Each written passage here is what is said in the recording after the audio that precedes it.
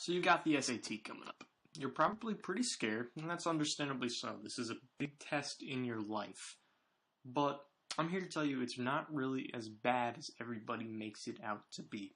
Now today we'll be covering a portion of the SAT that people oftentimes overlook and in many cases screw up on because they're not prepared for it. And that's the SAT essay section. The essay section is a 25-minute long test. It's usually given right at the beginning of the SAT. It's not hard if you know what you're doing. Oftentimes, as I said, people do overlook this section of the test and wind up blowing it pretty easily. You are graded out of, if I remember correctly, you can receive up to a score of 6, and that is from 2 different reviewers. Then they average it out. But you basically, as I said, have 25 minutes to get your thoughts on paper from a prompt that they provide you.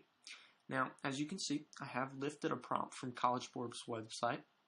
Basically says, are people better at making observations, discoveries, and decisions if they remain neutral and impartial? Support your position with reasoning and examples taken from your reading, studies, experience, and observations. Now, as you can see, this question is something that seems really simple on the outside, and oftentimes people will take a question like this and run with it. I mean, just will ramble for, as I said, 25 minutes. But at the end of those 25 minutes, they'll find out, hey, I haven't really written a really good essay. I mean, this is just basically my conscious flow of thoughts put right on paper.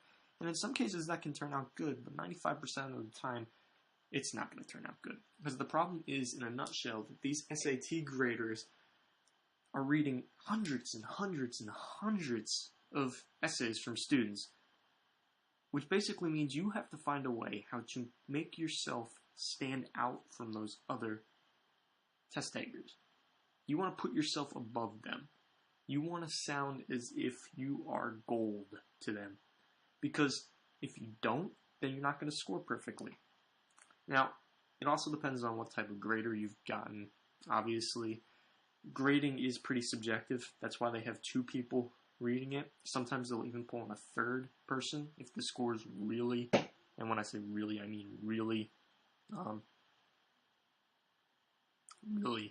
really are far apart. As I said, you do have 25 minutes. This is how I usually suggest that people split up their time into. Let's say 25 minutes. We want to take the first 3 to 5 minutes to brainstorm your topic. Now in this case, and with this prompt, you're looking at 2 distinct possibilities that you can talk about. Are people better at making observations, discoveries, and decisions if they remain neutral and impartial? If yes, you describe why you say yes. If no, you describe why you would say no. Now, this is not meant to be a right or wrong answer. Honestly, no question that they will give you is a right or wrong answer. One of the biggest things that my English teacher stressed back in high school was the fact that you should be an Evel Knievel in these tests, meaning go against the grind of what people are going to do. Now, obviously, if you don't feel comfortable doing something like that, you don't do something like that. But if you can feel comfortable about writing something against the flow, do it. Make yourself stand out. In this case, I'm going to go with the idea that, okay, scientists make better decisions if they throw themselves into it, meaning I'm going to say no to this prompt. Now, that's great. I have my first big point. We've decided what we want to do. I am saying no. Now why? Why am I saying no? Because once you figure that out, then you can start writing your essay, and that's what this brainstorming section is all about. You are going to be deciding why you picked your answer.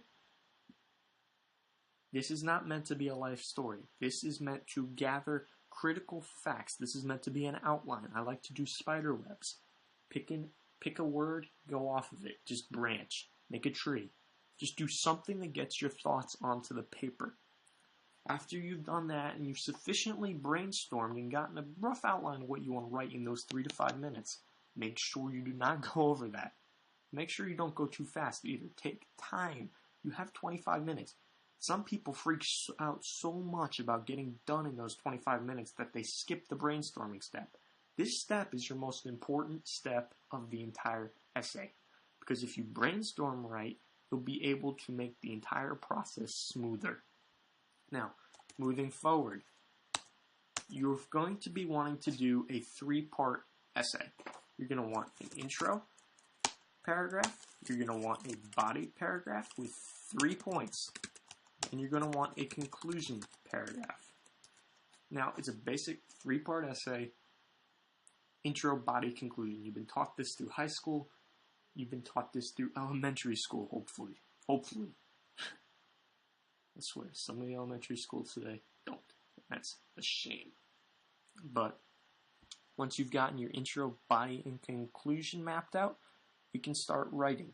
Now, generally, your intro should be a hook. It should be something that grabs people. It should be something that makes that reader want to read your essay. As I said earlier, they're reading hundreds of them. Hundreds of them. What makes yours different? What makes yours better? You can start with a quote. You can start with humor. Be careful with humor, though, because it can fall flat. So we start with quotes, possibly humor. I don't recommend it unless you really have something that's funny to everybody. And when I say everybody, I mean even your grandma. Think of the oldest, most boring person you can think of. And if it doesn't make that person laugh, don't use it. Now, got quotes, humor. You could just even tell a story. Just get that person interested. In this case, are people better at making observations and discoveries and decisions if they remain neutral and impartial? I'm saying no. We could make a case for, let's just say, we could use a story and talk about how a CEO founded a company, and you could talk about that in the story form to get the person interested. Make it interesting. For a quote, you could do the Shakespeare quote or something like that just makes them want to read your intro. Intro, don't take too much time on it. You have, for your intro, about 5 minutes. Now, I just said don't take too much time. That's a lot of time. But that's what it should be. Because for your body, once you set up your intro, if you set it up well enough, and remember, talk about story, then introduce your 3 points, and transition directly into your body. After you've done that, your body should be 3 points. The 3 points that you talked about in your intro. So let's just say I'm saying the CEO did blah, blah, blah, blah, blah. He accomplished this by doing blah, and then by doing blah, and finally by doing blah. There you go. Then transition one more sentence, transition right into your body. Body should be the 3 points. For your body, I suggest you take about 9 minutes. Now, that may not be a lot of time to write 3 paragraphs, but that gives you about 3 minutes to write each paragraph. The paragraphs should not be long. They don't have to be long. They just have to be supported with concrete material, and if you've done your brainstorming right, this concrete material should be easy for you to access and easy for your readers to access. That's what we're trying to get right now. Ease of access and interesting. Make it interesting. As I was saying with our CEO example, he made better decisions because he had his heart into it. That's one point. He made better decisions because he did this. He made better decisions because he did that. Okay, you want to make this quick. You want to make this fast. You want to make this as just easy as possible. Now, if you've been following my outline, you have about 19